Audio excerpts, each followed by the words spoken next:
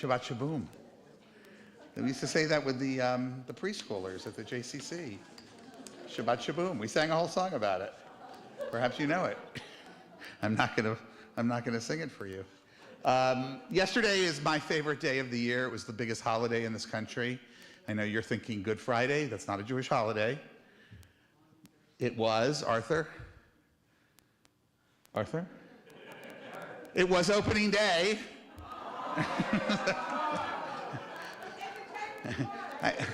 The Tigers won, Mazel Tov. I sent my grandson to see it in Baltimore. He's a big Orioles fan. They absolutely slaughtered the opponents. Who are they playing? I can't. Oh, the Los Angeles Angels. My team, which will go unnamed because it doesn't deserve to be named today, the Cubs. They didn't do so well, and we lost a pitcher. But as you all know, this song is the famous song associated with that sport and that day. Originally written in Yiddish. The original is in Yiddish. Really? Not really, but as far as I'm concerned, it is. That's the way I like it best. Either that or with Harry Carey hanging out the window, because that's how I experienced it the most. You remember Harry Carey, right? So I don't know how many people know Yiddish, but I have taught the Yiddish to. No, I haven't. We didn't even rehearse this. All right, we're just gonna wing it, right? Okay, so do your best. The Yiddish, not Hebrew. Go, I'm sorry. Nämlich mit zu der Ball game, so meilen lo mir doch gein. Kauf mir den Nislech und Cracker Jack, will ich kein Wolfen dort nicht weg, geht sein Mut, der Bossspieler. Es passt nicht, als man verspielt. Was ist 1, 2, 3, steigt 1000, der Ball, Spiel.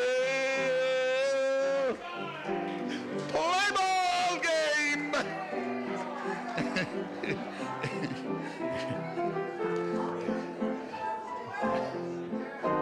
you. No, I can't hear you. It doesn't matter. Even if I could, I couldn't hear you. Thank you, sir. We'll go now to the Sabbath. We'll begin the Sabbath. Our readers tonight are Diana and Jerry Lieberman. Forgive me, I have completely, permanently, it seems, lost my voice. Tom Fleischer, Mark Luria, Susan Walker, Rick Grauer, and Audrey Pleasant. And we'll begin, there we go, we'll begin with a little reading before lighting our candles.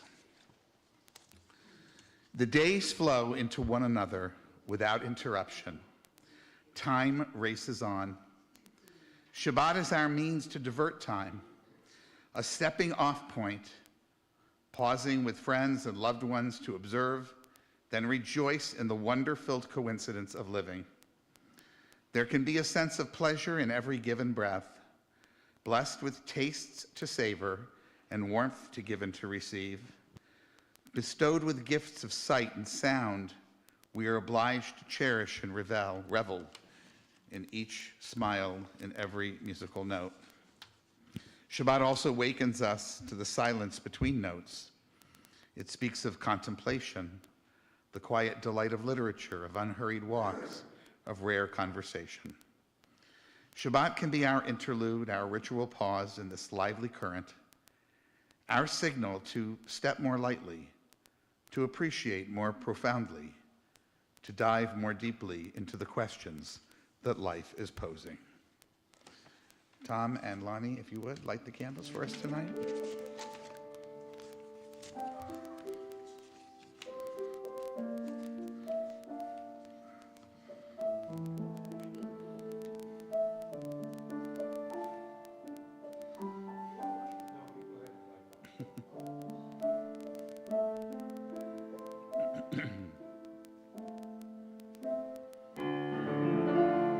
Baruch Or Ba'olam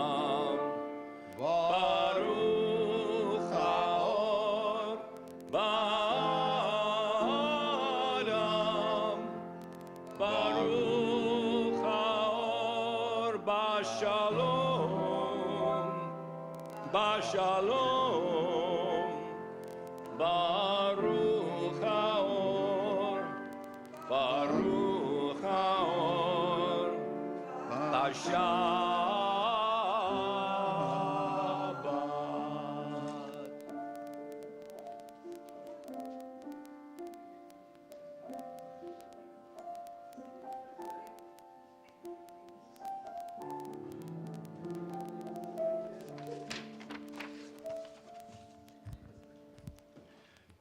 We come together this Shabbat, each bringing with us a private world of hopes, of fears, of dreams.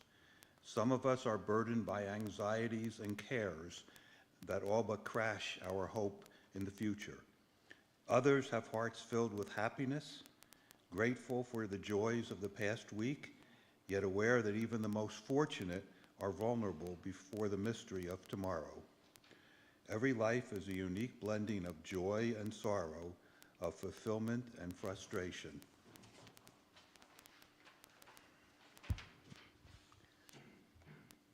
Beneath our uniqueness, we are all bound together by our common humanity. All of us deeply yearn to know true freedom and peace.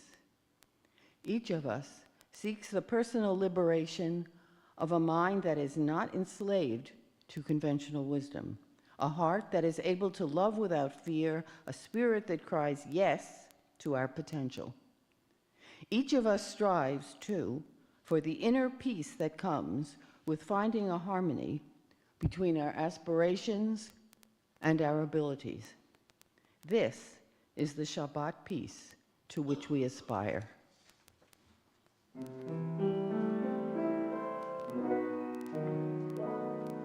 Shalom Aleichem, Ohavei HaShalom, Shomerei Shalom. Shalom Aleichem, Rodefei HaShalom, Shalom Aleichem.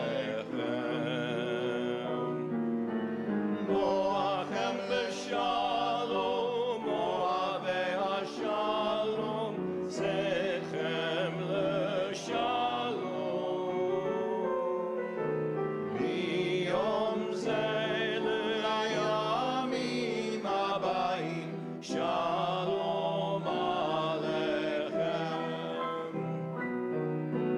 Shalom Aleichem, Ohavei HaShalom, Shomerei Shalom.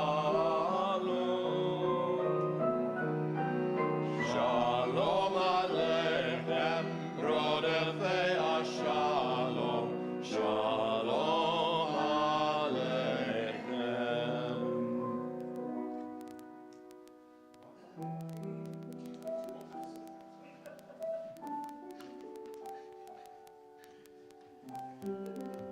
One job.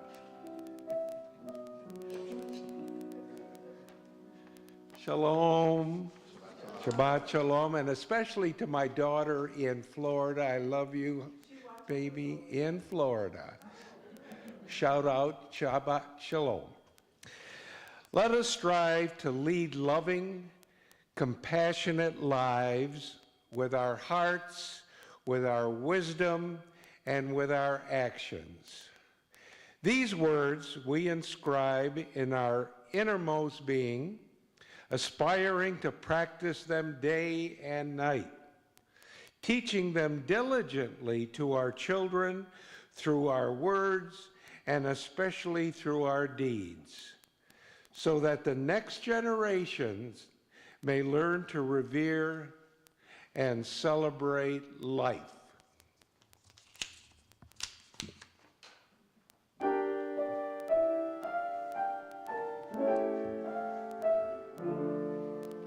Niftach lanu sha'arei tzedek, chen v'chesed v'rachamim.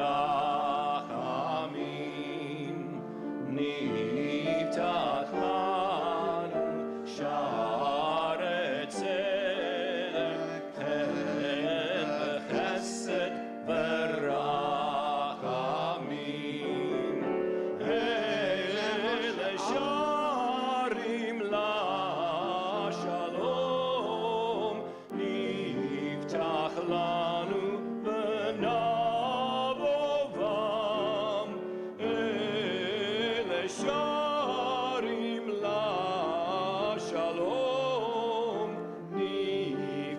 lanu v'navovam.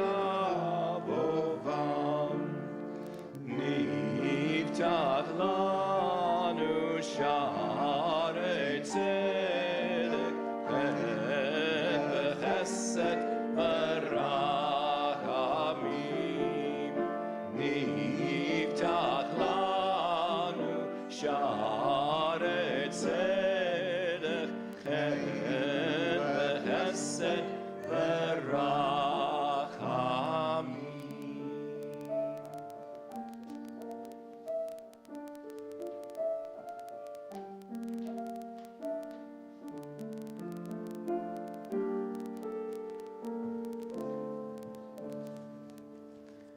Shabbat Shalom, everyone. We say what we believe what we say. As humanistic Jews, we do not seek a source of peace beyond ourselves. We recognize peace as an exclusively human responsibility. We do not plead for supernatural intervention to bring healing to those who are ill or injured. We pledge to be present for them in the hope that this will contribute to their recovery. We do not ask that our dead find protection under divine wings of mercy. We acknowledge that the dead are gone and that caring for their survivors is what now matters. Our communal rituals and celebrations empower us. When we gather to collectively affirm what we believe about the nature of reality and the responsibilities of humanity, we are strengthened. For the humanistic Jewish believer, this is the essence of what some call the religious experience. Surrounded by a like-minded community, we are liberated to say what we really believe. Then, empowered by one another, we can better manifest our beliefs in the world each and every day.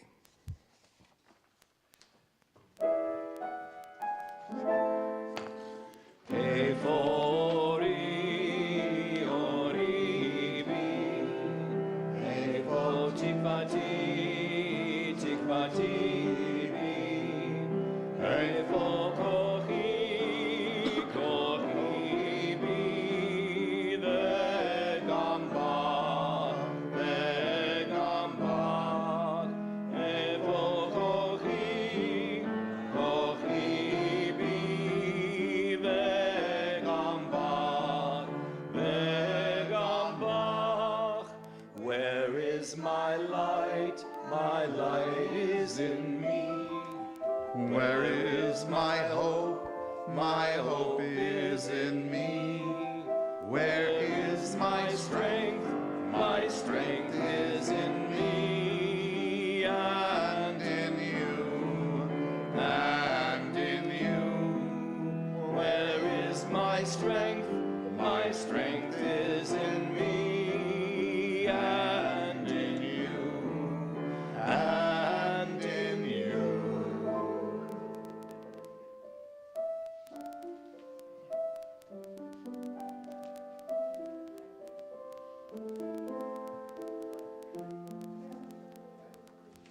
Shabbat Shalom, everyone. Don't merely expect to find or to believe that life is worthwhile, make it worthwhile. Don't merely see life whole, make it whole. Not knowing what should come first to improve oneself or to improve the world, we end up doing neither. Actually, the only way to improve the world is by improving oneself. And the only way to improve oneself is by improving the world.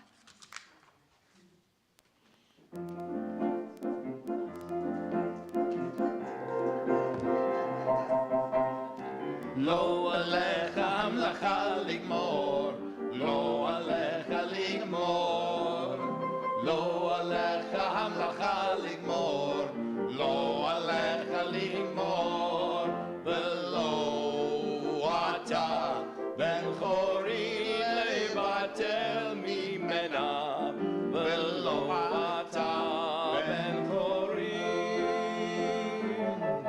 velo ata ben chori levatel mimena, velo ata ben chori.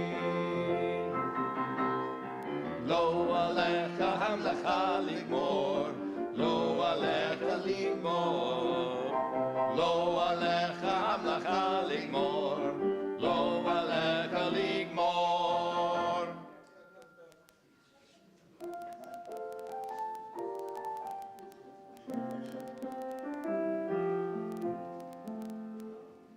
Shabbat Shalom.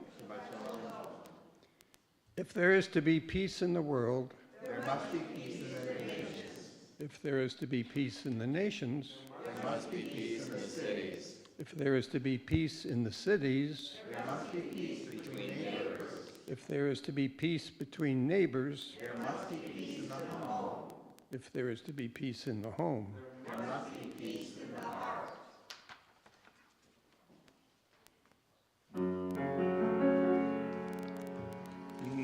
Nase shalom ba'olam.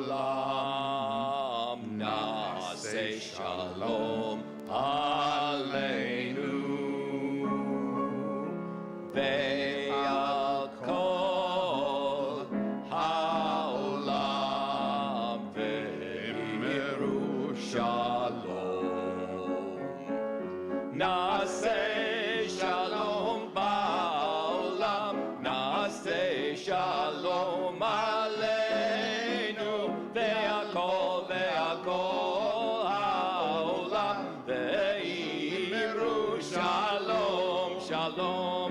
Nase shalom ba'olam, nase shalom aleinu, ve'akol ha'olam, ve'imiru shalom.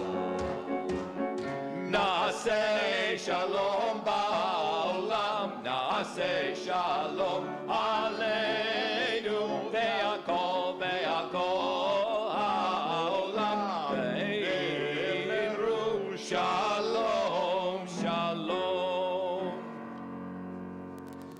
In this community where we find strength and common purpose, we turn our minds and hearts toward all those who need our love and support, those who are ill, those who suffer pain of the body or spirit, those who are lonely, those who have been wronged. I'm delighted to see Jim Walker here tonight and your name not being recited for the Refuah Shlema. We wish you a continued recovery and continued health. That's all I have for tonight. So if you have someone whose name you'd like to share, we'll start with Diana. Anybody else on this side? Jerry? Anybody else here? On over in here? Yes, Esther. Elizabeth Allweiss. Did we miss anyone at all? Mark? Deborah, of course. May all who suffer know that they are not alone, that we are there. May they be healed quickly. May they experience a complete recovery, refuah shlema, the renewal of their bodies and the renewal of their spirits. At dark times in Jewish history, there were moments such as this one during Jewish services when prayers were offered for those held hostage. The redemption of captives, pidyon shvuyim, was considered an essential mitzvah. Sadly, we once again find ourselves in such a reality. In the spirit of our ancestors who lived through those terrible days, we voice these fervent hopes. May those taken captive find the courage to carry on. May those who love them not despair of their return. May they soon emerge from their confinement whole in body and in spirit to know once again the embrace of loved ones.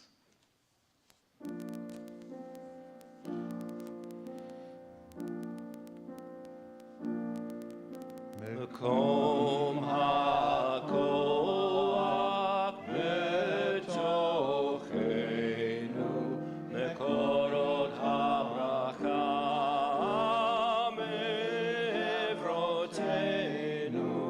May the source of strength that dwells so deep within us help us find the courage to make our lives a blessing, and let us say Shalom. Mekom hakoach betochenu, mekorot haracha mevrotenu.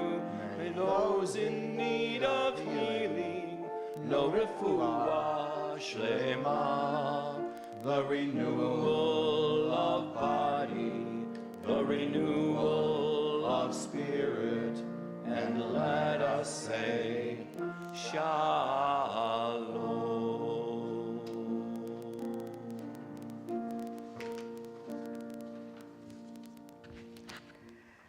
Death is real. In the world of changing nature, it is inevitable. It may be postponed, but it cannot be avoided. Loved ones do not pass away. They do not escape the rhythm of life. They die. But they leave their gifts. We still bask in their love. We still use their instruction. We are still inspired by their deeds. We still linger in the memories of their style. Immortality is very intimate. It is part of our mind. It is as close to us as our power to remember. In the real world, death is part of the drama of life. So is the loving tribute of remembrance.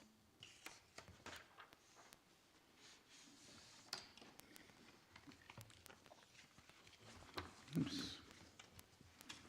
Our thoughts turn to those who are no longer with us, our own loved ones, those whom our friends and neighbors have lost, the martyrs of our people whose graves are unmarked, and those of every people and nation whose lives have been a blessing to humanity. As we remember them, we meditate on the meaning of love and loss, of life and death. We recall now our loved ones whom death has recently taken from us, those who died at this season in years past, and those whom we have taken into our hearts with our own. As tonight we observe, well, first we recall the recent deaths of Rhea Lillian Blum, mother of Barbara Douglas, and of Barbara Kirby. And we observe tonight the yard sites of David Fleischer, Larry Gordon, Dorothy G. Grauer, Sophie Lieberman, Esther Luria, Albert Paul, Carl Rossman, Marilyn Rowans, Harold Schiff, James Walker, Leon Williams, and Irene Young. And if there's someone whom you're thinking about tonight as we remember. Yeah. Anybody else on this side?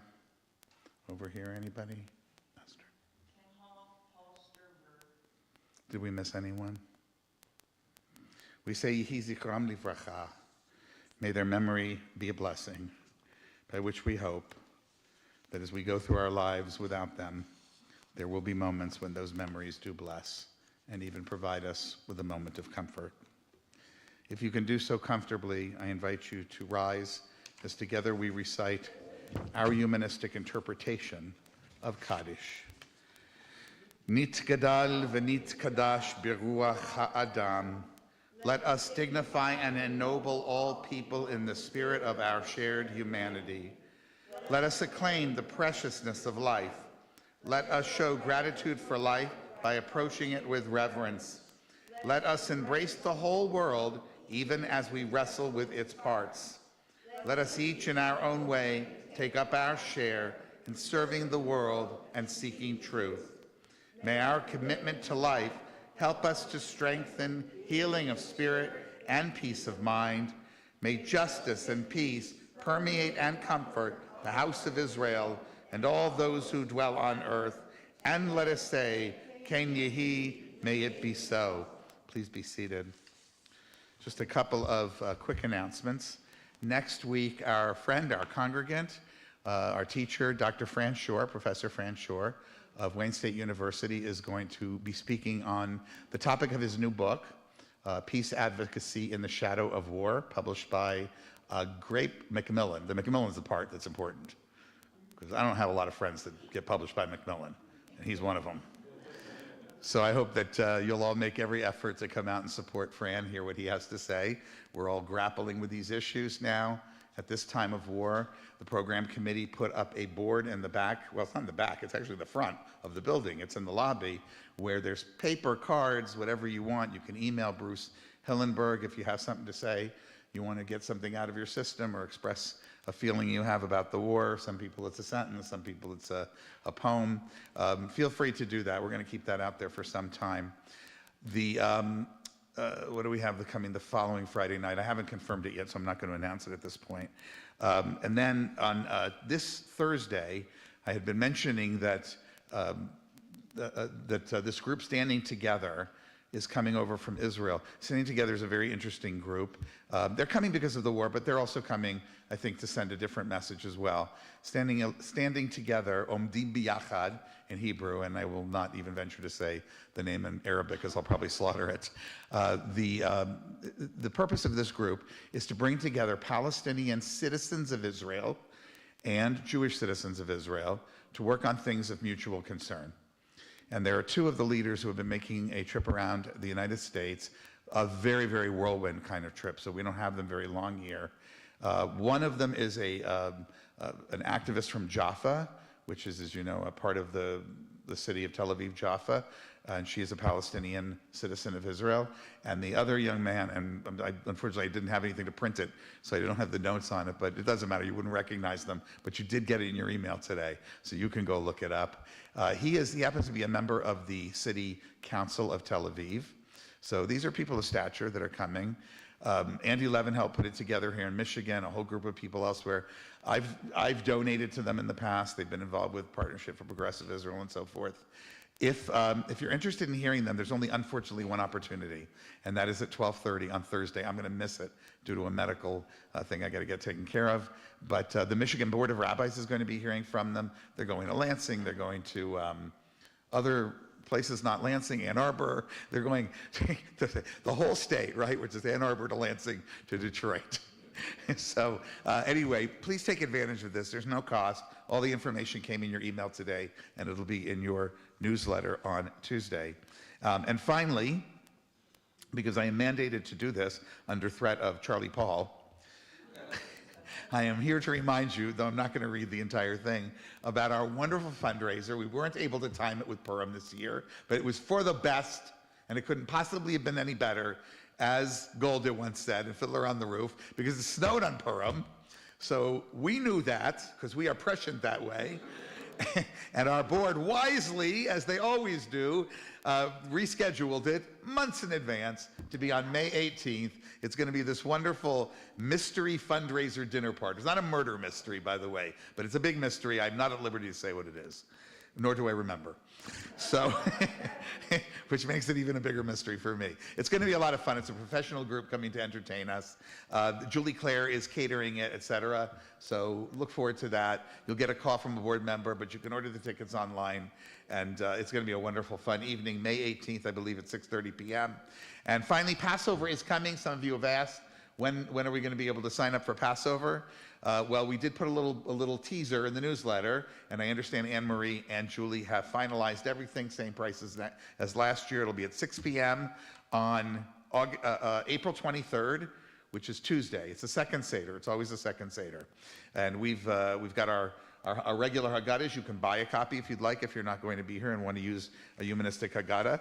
I think it's probably the one liturgy we've published in our movement more than any, but I must say humbly that mine is one of them.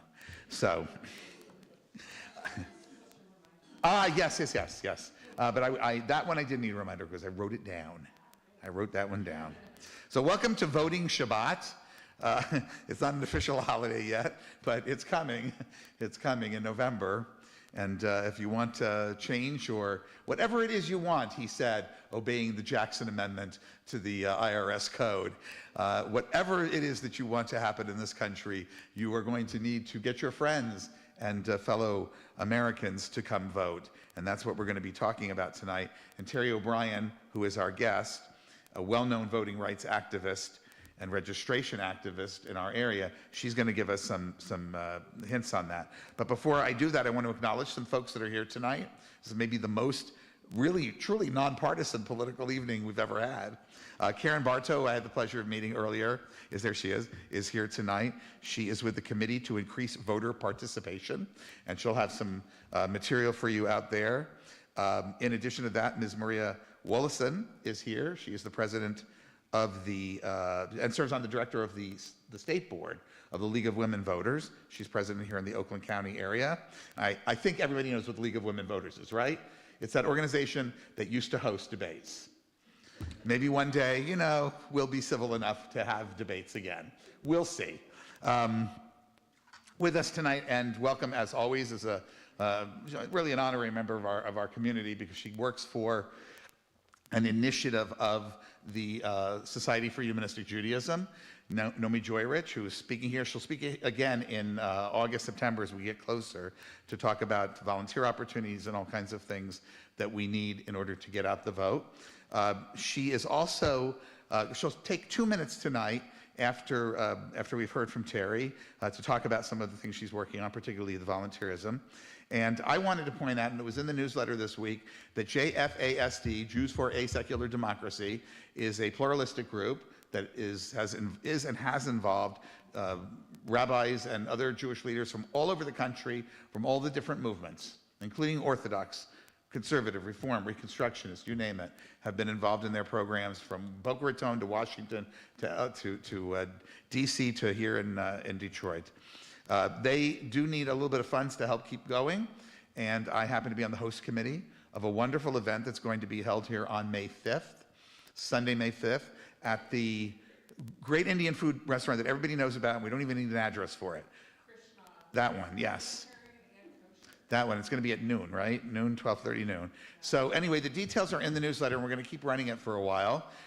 The reason it's on May 5th gets me into my last blurb tonight, which is what's happening on the weekend of May 3rd, 4th into the 5th. So after a very long hiatus due to COVID and many other things, we are once again the host site for the next ordination of rabbinical officiants, of rabbis, of ritual officiants, and one madrich. And it's all coming here to us with the International Institute for Secular Humanistic Judaism. This is something that we used to be able to do here more. Adam Shalom, who is the dean, and my colleague at Kol Chadash in Chicago, held it at his place 2 years ago, and now they're back this year. They will also be joined by the national board, international board, Canada too, of the Society for Humanistic Judaism. On Friday night, you'll hear from at least 2 rabbis that are being ordained, who will deliver their ordination speech. And you'll see the beautiful ceremony of signing their smicha, as we call it, the certificate of ordination as a rabbi. And we will also honor many people, including locally Melanie Goldberg, our friend, who is being installed as an officiant. So it's going to be a very exciting evening. The next morning, we don't do the colloquium anymore like we used to. We're having a little mini colloquium. First thing in the morning, I think 9 or 10 o'clock, Rabbi Sivan Mas, who is the head of our movement in Israel, and I will do a little Torah study. We're going to split it in half. I don't know how we're going to do this yet, but we're going to split it in half. And that will be followed by 2 different learning sessions with, I think we've got 8 or 10 rabbis coming in from our movement. It's the largest in-person gathering of humanistic rabbis since before the pandemic, when we used to get together in larger numbers all the time. And they're going to take different positions on how to debate as Jews, the history of how Jews debate. You may not realize this, but Jews don't always agree on everything. You might have heard that. It's becoming more and more, you know, as people get to know us better, they see that we're not in lockstep the way they thought we were. Anyway, so that's some of the people who are here, and thank you for attending. Finally now, we will welcome our guest, Terri O'Brien. Terri did not want to come up here to the Bema to speak, so she set up a little office for herself here to teach us how to do these kinds of things. She comes to us from journeys across the world, which is probably the best way to learn about democracy in America, right? From journeys across the world, you lived where? In Russia and Switzerland. Yes, right? to say the least. For 40 years. So you're an ex-expat. Yes. Yes, an ex-expat. In the fall of 2023, and she has a career in IT and so forth, she served on the leadership team of a voter registration pilot program in Southfield and Pontiac with the purpose to drive out key learnings for our effective voter engagement campaigns in this cycle. You know, we've got new laws, and we've heard a lot about those. Nobody's told them about us. Other people have told us about them. But tonight we'll see how they're actuated. And anyway, I'll stop talking and turn it over to you, and then we'll have time for just a few words from Nomi and some questions as well. Welcome, Terri O'Brien. Thank you. Thank you very much. Thank you. I've been told I have to speak right into this microphone, and I hope you can all hear me. Really, really grateful to be here with you tonight because I have become, I'm not really an activist, I'm more of a fanatic. So if I go on too long, which I can very easily do, I'm counting on your dear rabbi to please do. Thank you. Thank you. So we can go, let's just jump right in. And what I want to do is share with you some of my experience, and let's have a really interactive conversation about how we can help get all our neighbors registered to vote in this state. I'm going to say some things that are going to probably sound a little bit controversial, might even be confusing at first, but I hope you'll bear with me and we'll really dig down on why we're suggesting the approaches that we're suggesting. And I really hope at the end you'll be so motivated you will run out and join the League of Women Voters and register people all over the state. So that's my hope for tonight. You can, Arthur, you can go ahead and forward us. So, shock number one, 600,000 eligible American citizens in this state are not registered to vote. Okay, 600,000. And it's a pity.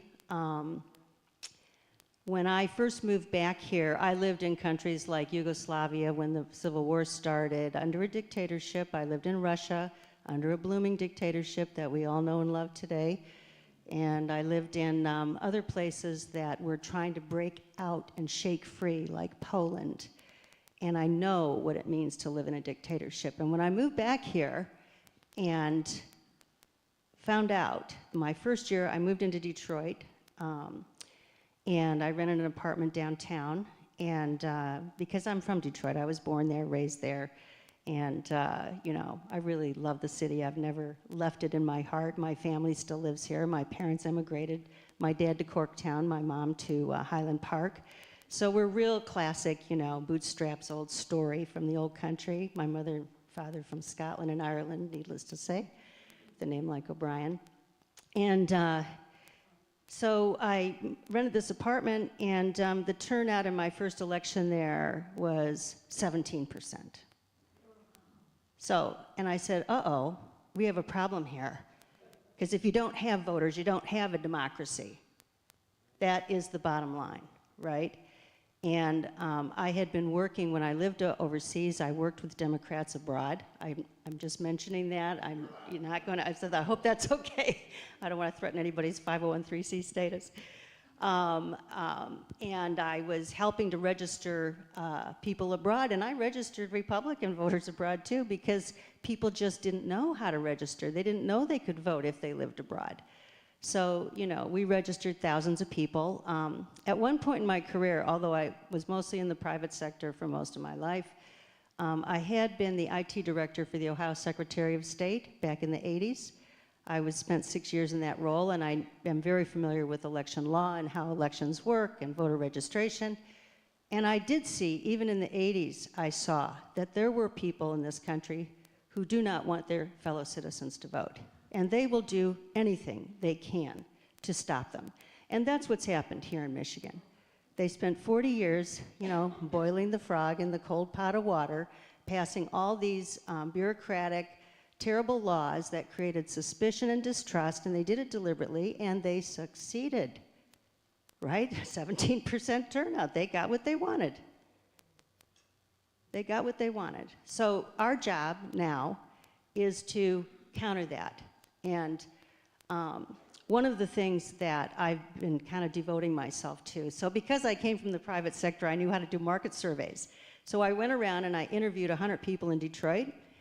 I will admit all my data is from Detroit, not from outside of Detroit, because that's where the turnout was the lowest. And I found out that, surprise, surprise, people would give me reasons for not voting. Not one person said, oh, I just can't be bothered. Not one person said, oh, I just don't feel like it. I'm too lazy. It's too much trouble to vote. Not one person said, I don't care. Cynical, yes. Bitter, yes, with pretty good reason, because these were 99% black people I was talking to. And, you know, it's what was done with the disinformation. You know, I lived in Russia. I know what those guys were doing in St. Petersburg, because 35 of them worked for me when I worked over there. I had an IT team that knew how to run databases and knew how to run online scams, believe me. These guys are smart, they know exactly what they're doing, and they have pumped, on top of these efforts of the American legislators, who shall remain nameless, and labelless, passing all these silly laws that have suppressed the vote, then, you know, on top of it, believe me, the Russian disinformation campaign is real. It's going on today. And they do things like, I'll tell you how serious it is. My daughter's a professor of cognitive science at Cambridge University. One of her colleagues came to her one day and said, hey, I've got this really cool project. I've got all this data from Facebook. And he was a psychologist also. He says, why don't we analyze it and we'll construct emotional profiles. And you know what that's used for? That's the data that was used to target the black voters in Detroit with emotionally manipulative and resonant messages that caused them to think that voting was not in their interest, that the candidates that were available to them were against them. Okay, this is real. It is not, disinformation is real. And what I've come to understand, at least this is this is the opinion piece, right? I've just given you a lot of facts. The opinion piece is that I think the only way we're gonna overcome this extremely powerful social media is if people who are good-hearted people like you guys, if we go face to face with our neighbors. Because when I'm down there, even though I'm white, I'm in Detroit, I'm registering voters and people are happy to deal with me, right? Because I have a customer service attitude. This is my neighbor, this is my colleague who's gonna help me run my government. That's my attitude. You know, voting is not about your opinion. One of the 17 reasons I got why people don't vote, they would say to me, especially younger people, I don't need to vote. If I wanna express my opinion, I go on Facebook. But this is what's wrong with all the messaging when we talk about your vote is your voice and all these romantic. No, we're hiring people to run our government.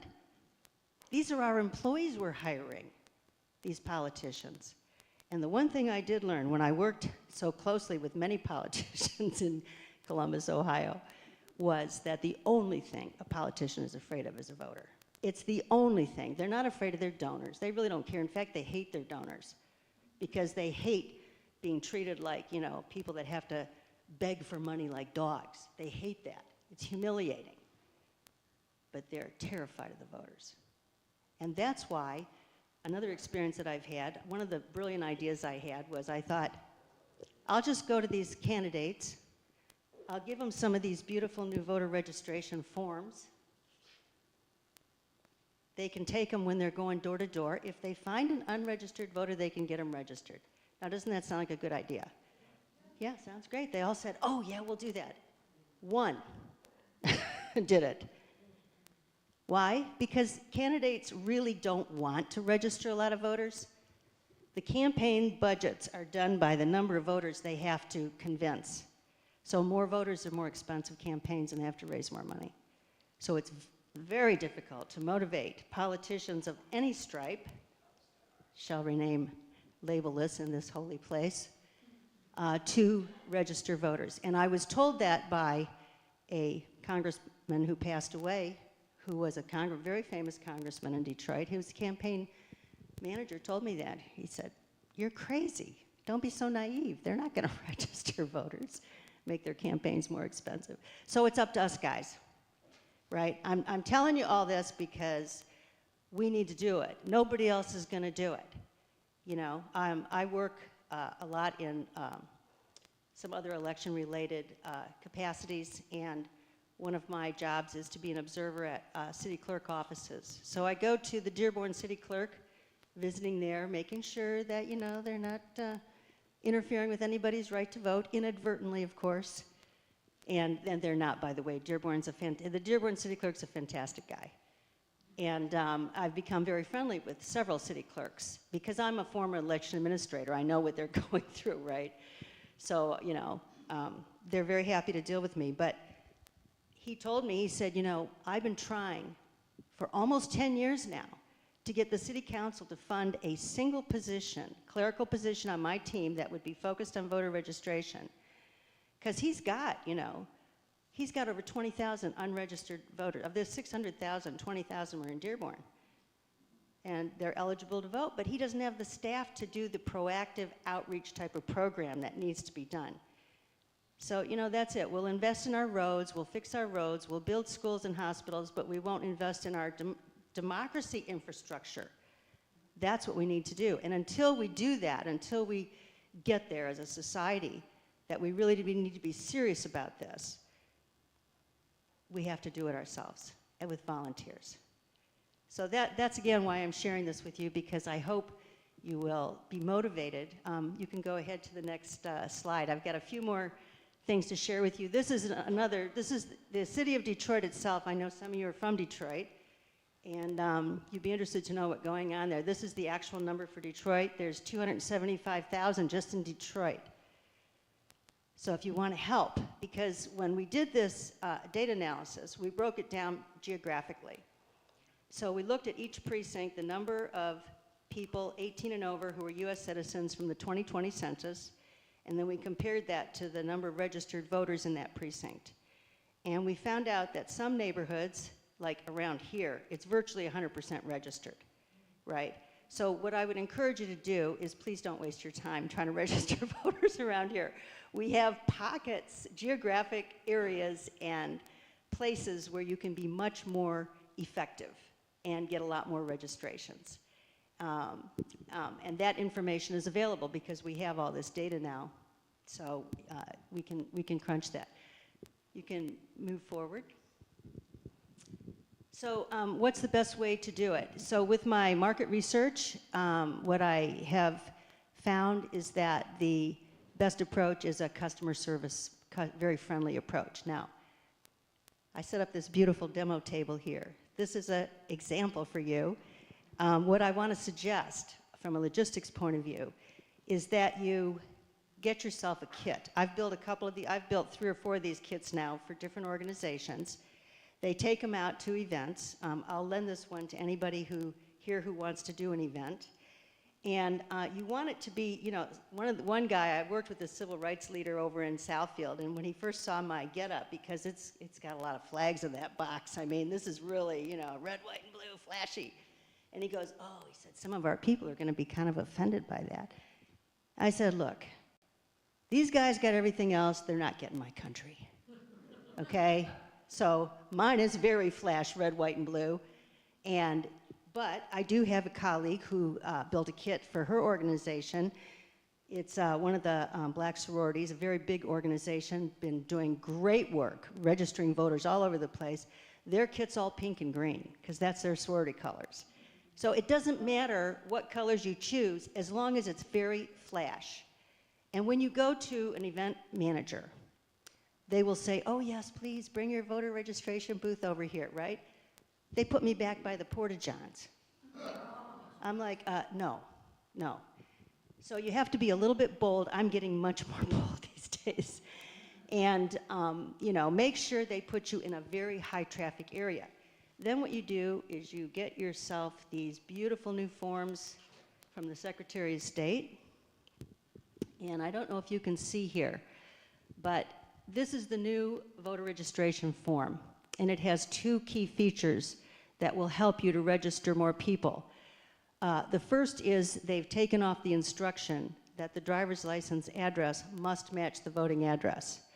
This is the biggest myth that we have in voter registration, and I need to apologize to the league in advance here, because I know a lot of the websites, for example, the online registration, they'll still mark the field for driver's license as mandatory. right? So why do we use these forms? Because in fact, it is not mandatory to have a photo ID to register to vote, okay? It is not required. It is no longer required. I repeat again, nobody needs a photo ID. You cannot stop one of your fellow citizens from voting because they don't have a photo ID or a driver's license. What this does is create huge opportunities, like the city clerk of Beverly Hills, where I live now. She asked me, for example, if somebody could volunteer to go to the different senior facilities. When people move into assisted living, for instance, they probably have already lost their driver's license. Now they need a change of address. They can't even get over to the Secretary of State office or the clerk office. So if somebody wants to take up doing senior facilities in Beverly Hills, the clerk will worship you forever, right? She really needs help, and that is an opportunity. So if you start thinking creatively, who doesn't have a driver's license? A lot of public housing projects, right, or subsidized apartment complexes.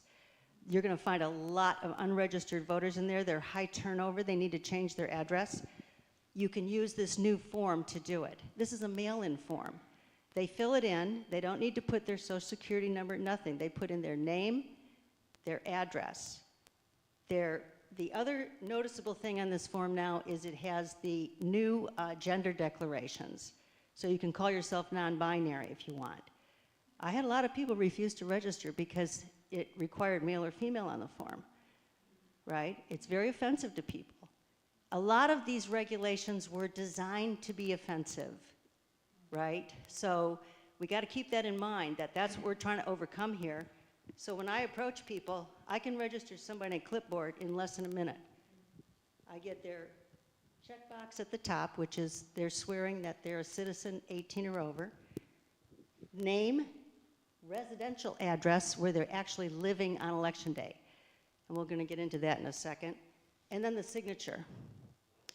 That's all that's needed to register to vote. Nothing more. So about the address, and then I'm going to start taking your questions. You can go ahead and move ahead now. So as I said, no photo ID. When you're doing this, only collect the mandatory information. Another myth is that, oh, young people don't want to fill in a paper form. They consider that old-fashioned. They want to go online. Well, as it turns out, it's much harder to register online than it is on this form. And guess what? Young people are human beings too. They like convenience. Funny about that. So I've registered hundreds of young people with this form. They have no compunction about it. They do like the convenience if they're a college student and they're already registered. It's very good to go online and change your address, right? Because college students do move a lot. One of the controversial things that I always say, before you start asking me questions about it, a college student does have the right to register, keep their registration at their so-called permanent address at their parents' house. And I strongly discourage that. You know, we're adults, we're 18, we change the address on our mobile phone bill, we can change our voting address when we move. And the reason the address is so important, and this is a really good thing when you're interacting with people to clarify, your residential address is the district you vote in. So that's the congressional representative you're going to get. And it could be that mommy and daddy's congressperson out in Grand Rapids is not really going to vote in your interest if you're a college student in Ann Arbor, or where you live. Vote where you live. Elect the reps that represent your interests, not your parents' interests. And the other thing about that is that a lot of people college kids were encouraged to get an absentee ballot at their parents' house. This is the #1 reason college kids don't vote, because the ballot's sitting at mommy and daddy's, and in November, they're in Ann Arbor. They're upstate in Marquette. The ballot, mommy and daddy just kind of forgot to mail it to them, and, you know, no, they're adults, they're citizens of this country. They need to keep their voting in order, because that's how they're going to hire their employees that are going to work for them. Okay, so let's go forward and see if we're going to start taking some. These forms are available now in multiple languages, Spanish, Arabic. If you're working Southwest Detroit, you need a supply of Spanish language forms. You can go next one, Arthur. They can register online. We already talked about that. I don't discourage people from registering online, but they do need to be able to put in a photo ID identification number, whether it's a driver's license or some other ID, okay? So just warn people, no problem to register online for the first time, but there's going to be more requirements than if you fill in my form right now. And I tend not to let people get away, right? Because you get these registrations in, and by the way, you're not a policeman. If you're a volunteer voter registrar, you don't have to check their address. You don't have to, you're not there to police them and check their ID, like, make sure they're over 18. That's not your job. Your job is to, because when they sign this form, they're taking an oath that's as heavy as any oath they would swear in a court of law. If the information they put on this form is incorrect, and it's found to be incorrect or false, they're going to jail, right? So they can't put in a P.O. box. They can't put in, their address at the cottage up north. That's a big one. People want to vote in 2 places. No. This is your primary residence where you actually live. And that's what's got to go on that form. And once they sign it, and it's not your job to, police that. Next one.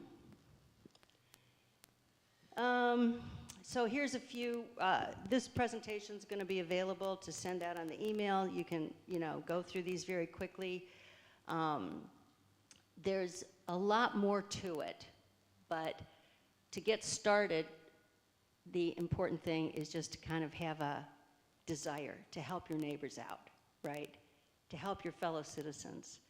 And you'll learn very quickly what the questions are. You'll get a lot of different questions. Some of them are kind of heartbreaking.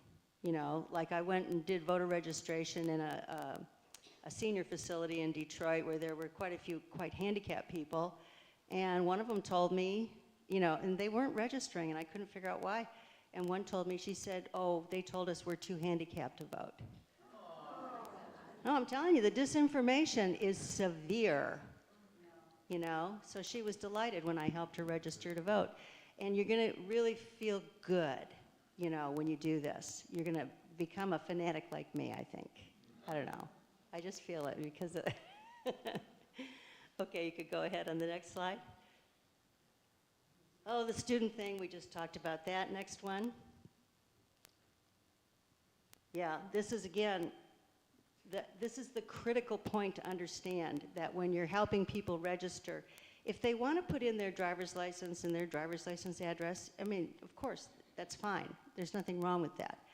As long as they understand that the purpose of the photo ID is not to prove who they are, because when you think about that, it's a little bit ridiculous, isn't it? I mean, if I dyed my hair and gained 30 pounds, I wouldn't even look the same on my photo, right? So it's a little bit ridiculous. A photo ID never stopped a single case of voter fraud. It was purely invented as a way to create suspicion, right? Ooh, we're going to prevent fraud. Fraud? Ooh, that doesn't sound good. I mean, it all sounds really bad. But it doesn't exist. And this whole photo ID thing has become a kind of, making people suspicious of each other. That's what it was designed to do, to break down the trust in society. And it's been very good at that. On the other hand, you do have people who do want to do things, as I said, like vote in 2 places because they have a nice cottage up north and they want to pay low taxes up there, and they also want to pay low taxes down here in Birmingham, so they try to register in 2 places. Don't do it, okay? What people don't understand is that behind the whole election system, there are very robust controls in place to make sure that each voter gets one and only one ballot. And there's a big system for voter registration called ERIC. And that's the system that allows each clerk to deregister people who have moved out of their area and to compare new registrations to registrations in other places, so that eventually the old registration can be removed. Because the voter doesn't have to delete their own previous registration, right? It's very convenient. You just register where you move to and then let the clerks take care of it, and they will. And eventually you get purged, maybe not tomorrow. In fact, it takes years. But that's okay. We don't want to be in a hurry in case somebody's got the same name and things like that. So there's systems behind it. If you do try to register in two places, you will be caught and you will be jailed for committing voter fraud. So, next slide, please. But if you get the question, we already talked about this. Next slide, please. I am including in here, there's a section in the Michigan Constitution that specifies that you vote where you live. It means that you can register homeless people that are living at shelters with the shelter as their voting address. That's the district they will be assigned to vote in. If someone is in jail and is awaiting trial, has not yet been convicted, is not therefore serving an actual sentence, they are still eligible to vote. They can even use the jail as their voting address. Okay? This is the law that specifies what is constitutional in terms of requirements in the state of Michigan. It's the place where you sleep and you keep your stuff, basically. That's how you can think of it when somebody asks you, well, can I vote here, can I vote there? It's where you sleep and keep your stuff on election day. It's not that, it really, none of this is really rocket science, you know? But if people that want to read the law, because I know there's probably some lawyers in here who are looking at me very suspicious right now. Who is this lady, you know, practicing law without a license? I'm not, I'm just, you know, kind of reading. And I have checked this all with lawyers and election specialists. So, you know, I'm not misleading you and taking you down the primrose path here. Next slide, please. And it's the same thing again with the photo ID. I just want to harp on this for a little bit more. People are going to be asked when they get to the polls for a photo ID. If they don't have it, they sign what's called an affidavit, which is basically that they are swearing that the same thing they swear on this form, that they are living at that address. And they just sign that affidavit, and then they get a ballot and they vote, period. And if some poll worker starts insisting that they have to have a photo ID or they can't vote, what I tell people is, here's my card. Next time somebody denies you the right to vote, call me, and I'm sending an election lawyer after them because they have now committed election fraud by interfering with someone's right to vote. Okay? That's a felony. You can't interfere with someone's right to vote in this country. And, you know, that's it. So, okay. There's some other interesting things in there about, you know, you've all passed around petitions, I'm sure, for candidates, and then there's the signature checking process. They do take into account that people do have nicknames. So if you've forgotten, you registered as Christine, and then you sign the petition Chris, or you sign your ballot Chris. If everything else matches up, they're gonna put it through, okay? It's not illegal to do that, and your ballot is not gonna be thrown out. So you can really reassure people. These clerks are really very good at what they do, and they are gonna bend over backwards. In most cases, I won't say 100%, but in most cases, they're bending over backwards to, you know, they'll call the voter and say, look, I can't decipher your house address here. Is this 112 or 113? Because they've got to have that, right? It has to be correct. I do encourage people to put down their phone number on the form. It's not required, but it is very helpful for the clerks when they're trying to, you know, some of the handwriting is kind of bad. And they're really, really good about contacting voters and really interacting with them. So you can be sure about that. Next, please. Okay, so this is my name and a couple of my colleagues who ran the pilot project with me this summer. Both wonderful women. Deirdre is former mayor of Pontiac. Dorothy Dean is an attorney, soon to be retired, in Southfield. And then me, just hanging around. Thank you.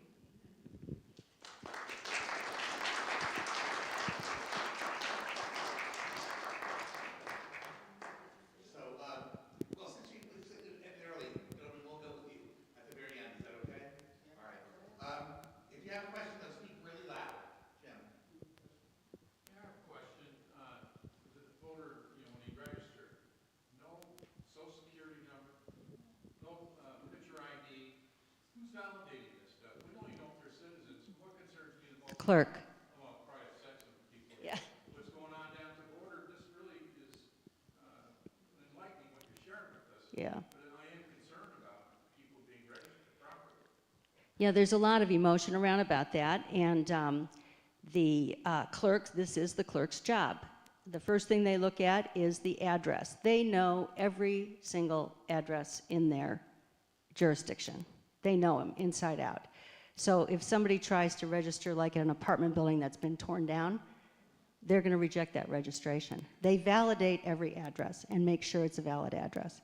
The second thing is that they can, and most often do, ask the voter to bring in a proof of address, which is a utility bill, something that has their name and their residential address on it.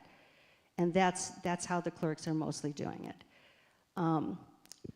There is not one case in Michigan of a false registration, okay, not one. So a lot of the feelings that people have about this have been created. One of the things that when I do voter registration in Southwest Detroit, it's very difficult to get legitimate citizens to register there because they're terrified that Immigration Service is going to check the voter files. And they've got, maybe they do have a relative who's staying with them who's not a citizen. They're terrified. They won't register. And that has been what has happened here. That's why we only have 17% turnout. That's why we have 275,000 eligible unregistered people, because they've been terrorized. You have to tell people, immigration is not checking the voter file, the police do not check the voter file is not checked by the tax department, it's not checked by anybody except the clerk. Because on election day, your name needs to be on that poll book when you show up to vote. So it really is very tightly controlled, and there is no fraud. The message has to be, there is no such thing as fraud. Why are we so suspicious of our neighbors? How do they know if they're a citizen or not when, you get somebody registers with your form, they give their name, their address, and they don't give their social security number. No. What do they give? Name, A non-citizen can have anybody can have a social security number. So how do they validate citizenship? They can, if they suspect, if they have evidence that someone is committing fraud, they can require the person to bring in, for example, their green card, their citizenship papers, with their passport. I mean, but the problem is that we've put the cart before the horse. We're automatically suspecting people. Ooh, are you a citizen? When I sign this form, and even when you register online, you are swearing an oath just like you would in court. And if there comes evidence later that you're not a citizen, that you don't live at that address, you are going to jail. And they run a check? Of course they do. They will investigate. If somebody, What triggers an investigation? somebody would come in and say, hey, I heard my neighbor talking about voting in this election for so-and-so, but he's not even a citizen. Okay, then the clerk is going to contact that individual and say, are you a citizen? You signed here that you're a citizen. Prove it. And of course, if you have citizenship papers, you have proof. So yeah, if somebody, but it has to be evidence. It can't be this, cart before the horse thing where we automatically think, oh, well, these guys probably are not citizens. They barely speak English, and make people feel what's happened. And I can tell you this from working in Detroit. All of these rules that sound so reasonable are really designed to make people feel bad, that they don't belong, that they're not part of this, and they do feel bad. They feel the contempt. They feel the suspicion, and they feel it as hatred, and that's why they don't vote.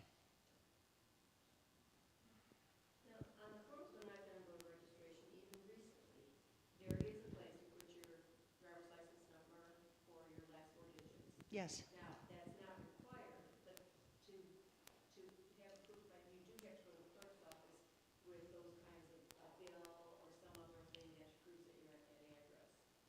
What the clerk will do is they take the form, if it has no driver's license information or anything on it, they will contact the voter and ask them to bring in proof of address. People, on those new forms, they still have that on there, right?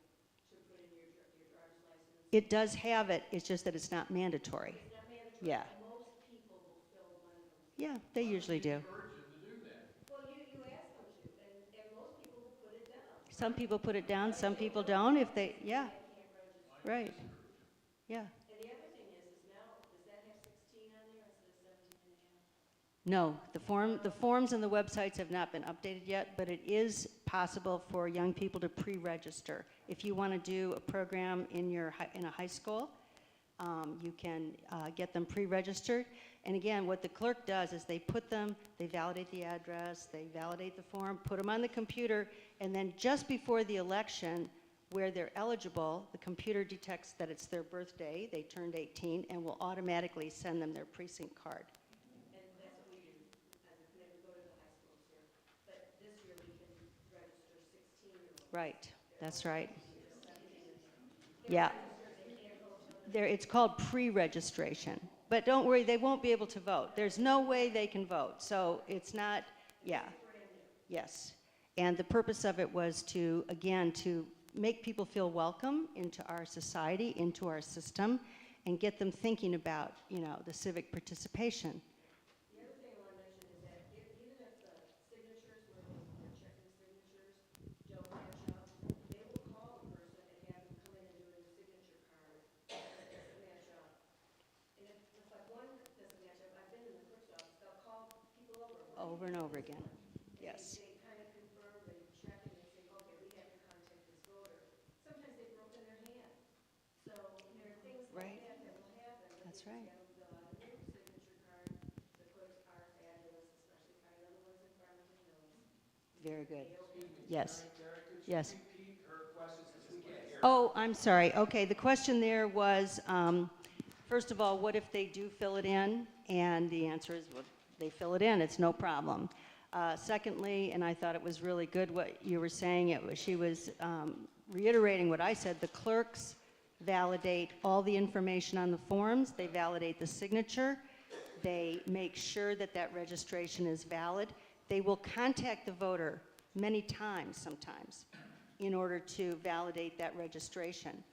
And so that's why there isn't any fraud, because our clerks do their job.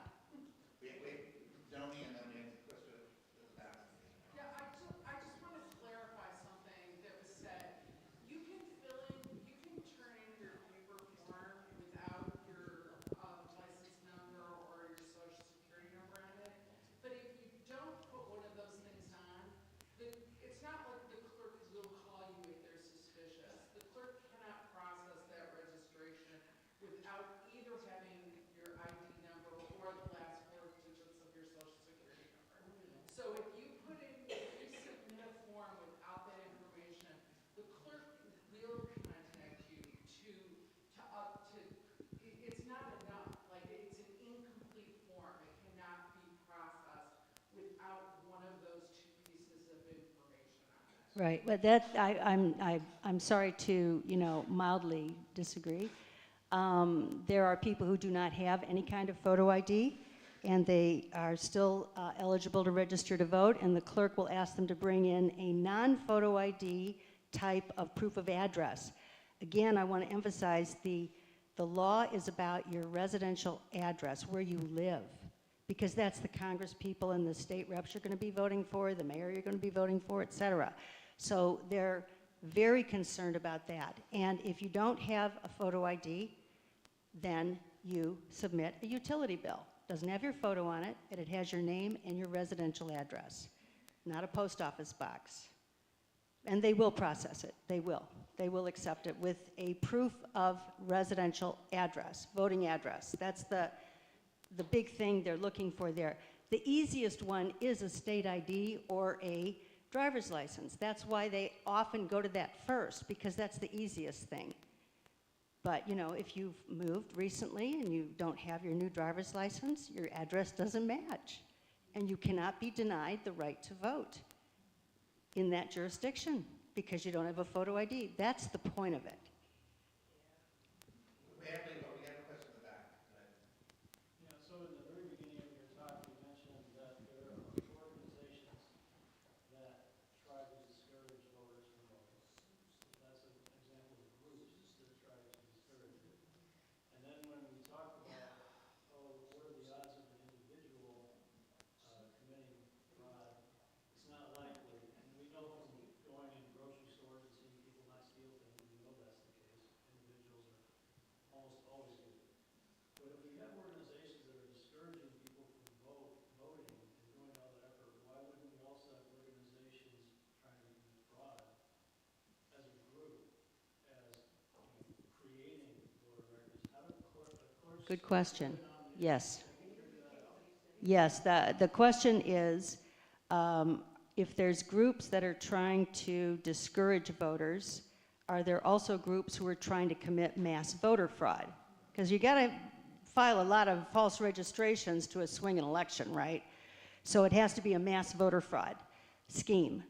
And it's just impossible. The clerks have behind them a computer system called ERIC, Election Registration Information Center. It is a national system, although some states have, silly enough, opted out of it. And what it does, it's a constant combing through the voter files, looking for duplicates. And then the duplicates are sent to whichever local jurisdictions are involved to resolve. And that's where they get personally involved, where they actually contact the voters and they make every effort to resolve things before they will delete one or the other of those duplicate registrations. So if there's fault, there's another thing they do. The only voter fraud that was committed last cycle, and the guy did get caught because of Eric, a guy, his mother died just before the election, and her absentee ballot was sitting there. So he thought he'd be a clever clod and, you know, fill it in and send in 2 ballots. And he got caught because one of the things ERIC does is it processes the death records against the voter file, right? So, you know, they knew. And one voter gets 1 ballot. Every ballot has a unique identifier on it. So, you know, you cannot, if you spoil a ballot and you take it back in, you're going to be, that ballot will be canceled and you'll be issued the second one with a different unique identifier. It is so difficult. I mean, committing voter fraud is really hard, and people know that.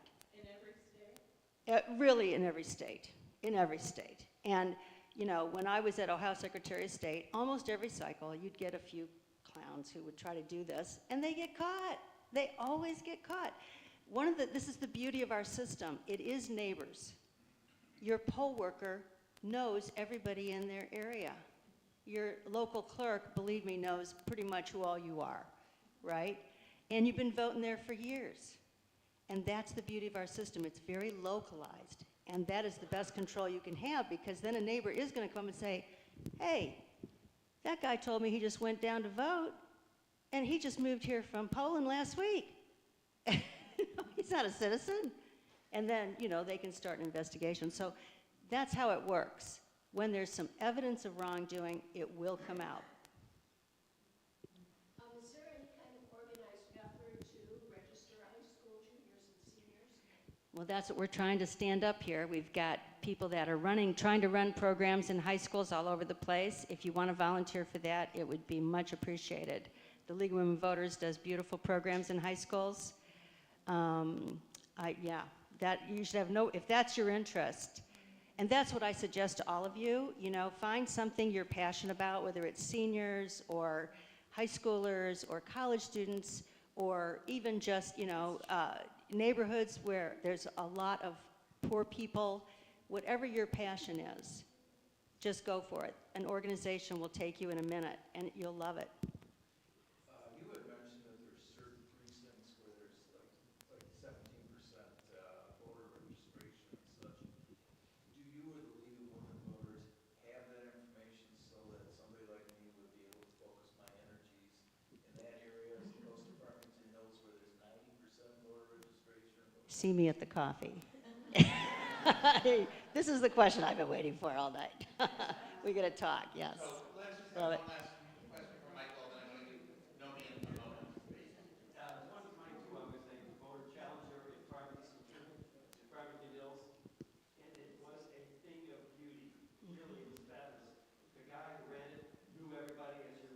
Yeah. I think the laws have changed. People, sometimes they move, the license didn't reflect where they're living now. They were in Farmington. They called the clerk to verify that they moved. And every single one was verified. I had nothing to do. In fact, I told them, I'm not allowed to talk to anybody. I can't do that. I'm going to talk to you. I'm sorry. And in fact, the clerk from Farmington was here, and I even told her, and she didn't recommend me, so I get it. But it was a thing of beauty. No threats. Everybody knew each other. Completely professional.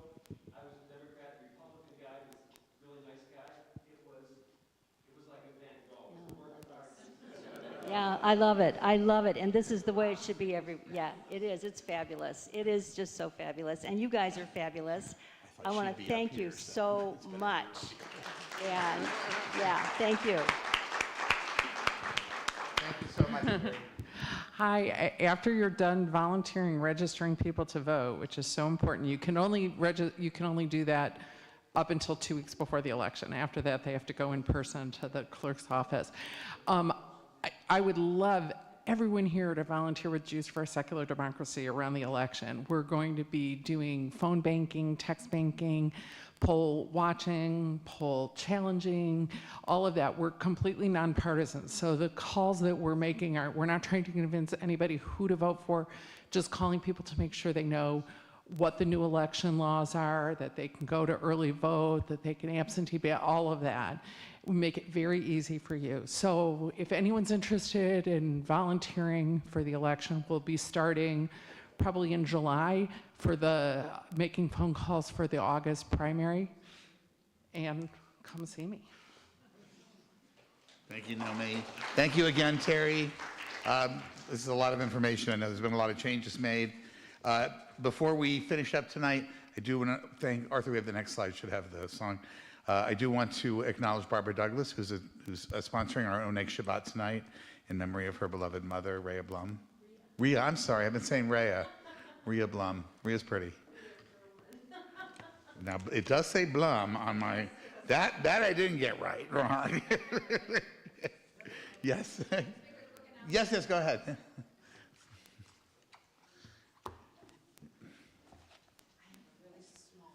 ahead, quickly, please. Yeah. Hello. I'm Maria Wolleson with the League of Women Voters for Oakland area, as well as the State Board. But I just want everybody to know, thank you so much for that excellent presentation. Perfect. It was wonderful. Okay, but now for those of you who are already registered, I want to make sure that you know we have these handouts. There's a bunch of them sitting on the table out there. And the reason these are really important is because these are the new voting rights that everybody has. Most important, early voting in Michigan. This means, I think it's like 9 days before voting, you can take your ballot if you have an absentee ballot, or you can get a ballot at your assigned early voting site. And mind you, every district has a early voting site. You just kind of have to check it out. Anyways, but the thing is, you can go right there, put it right into the machine, and I just did this. It was a lot of fun. The other thing I just want to say, you can be on a permanent mail ballot list nowadays. There's ballot tracking in Michigan, and there's also drop boxes in Michigan. Again, I'm just highlighting all these things.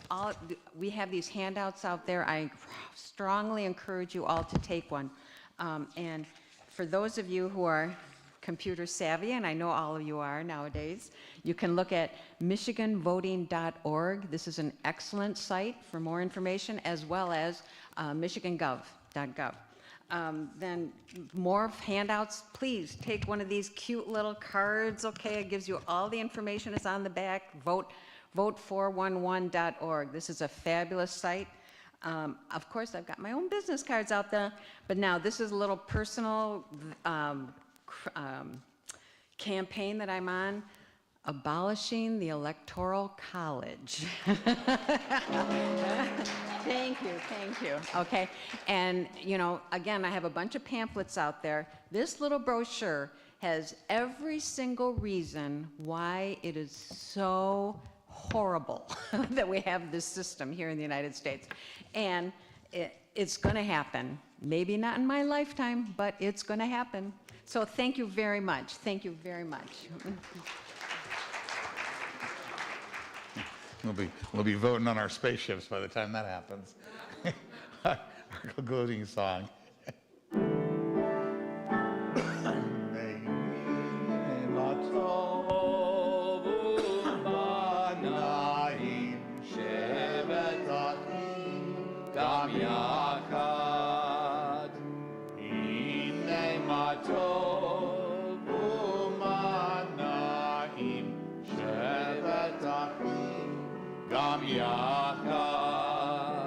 Behold how good it is when people dwell together, living as one people, hand in hand.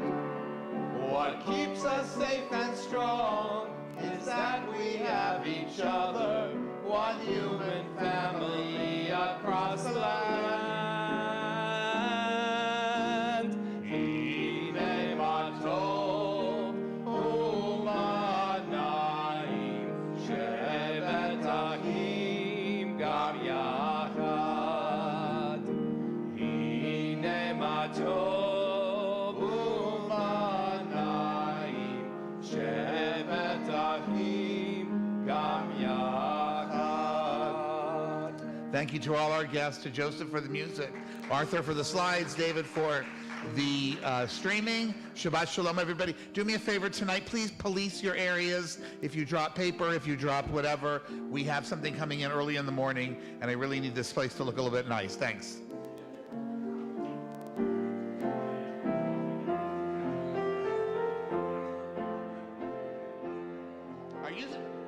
Are you seriously playing God Save the Queen? God Save the King. God save the King.